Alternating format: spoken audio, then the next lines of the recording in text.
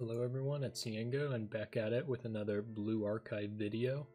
So today I was going to talk about, in my opinion, what I think are the best 2 stars to ascend to 3 stars. This opinion's still early obviously, but I have played across 3 different accounts and had 3-starred all these units across those accounts. And also I do want to make a disclaimer that my opinion is probably more biased towards PvP, as I've not completed the whole campaign story yet. To aid in this, I'm going to be using the archive.gg site. I'll link the site and the author in the description. So when you go from 2-star to 3 stars, you unlock a sub-skill, and it can increase the value a lot for certain characters, so it's often recommended to farm the characters that are 2 stars to bring them to 3 stars, rather than going 3-star to 4-star, which would only give you stats. 2 stars to 3 stars will give you a whole new sub-skill. So the first character that I really recommend getting from 2-star to 3-star, especially if you're using her as your main tank for PvP, will be Tsubaki right here.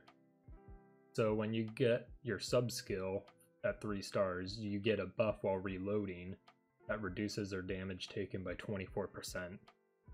The thing with Tsubaki is she's like always on the front lines. She's not a tank that will take cover like Yuuka.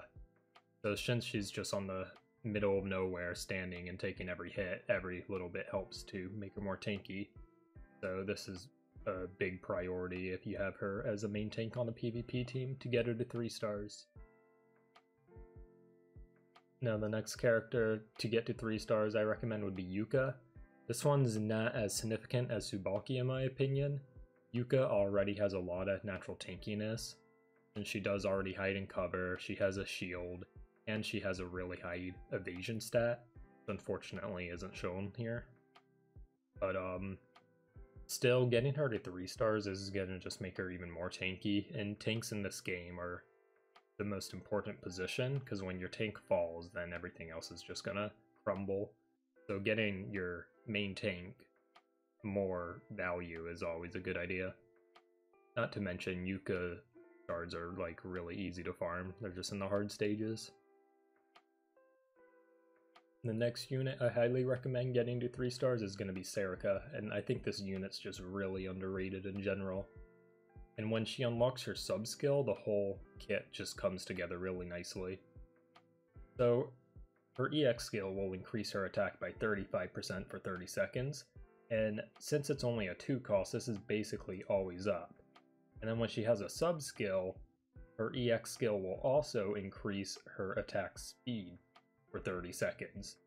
So basically her EX skill is just giving her crazy attack power and crazy attack speed, and that's gonna always be up if you build your team properly. You're just gonna be cycling through the skill cards fast enough. So this makes Serika the highest single target explosion damage character in the game, and I think a lot of people probably write her off because Shiroko exists in the game, the girl that summons a drone strike, and Shiroko's really good at bursting cover units for sure. That's something Serika will struggle with. However, Serika's going to be really good against enemy teams that maybe they're running 2 tanks, or they have a Haruka you want to punish, or they just have a lot of DPS that don't take cover. And yeah, I think she's just really underrated. Great, definitely recommend getting her to 3 stars if you use her. Now the next unit I think has a really great 3-star ascension is Zunko. I think a lot of people know this unit's just completely broken, but I'll just go over why anyways. So her EX skill, it is a 5 cost, but you gotta build your team around it. This thing just does absurd damage, and it does lower her HP, but when you unlock the sub-skill, you actually do more damage when you're missing HP, so there's some synergy there that her ultimate is going to synergize with her sub-skill.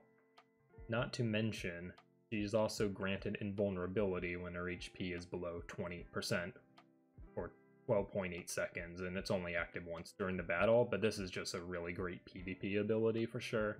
She's also great in story stages, and this skill, it doesn't look amazing, but her dodge rate is really high, and just increasing that by 14% is actually just a lot of value.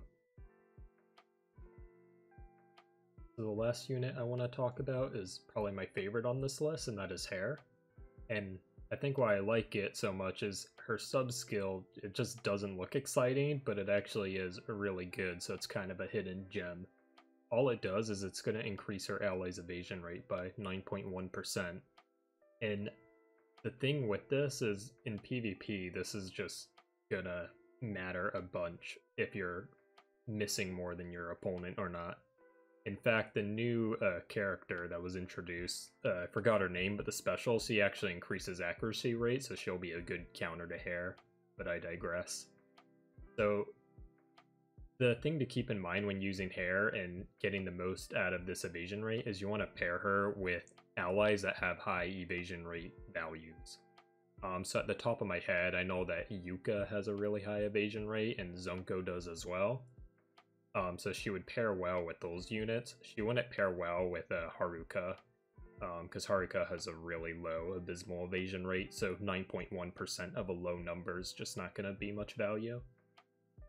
Besides her sub skill being good, I mean her other skills are also really good, or just a damage support, but the sub skill unlocked at 3 stars is what's going to make her really good, particularly in PvP. So that's everything I have today. It's just those 5, and I'll catch everyone in the next video.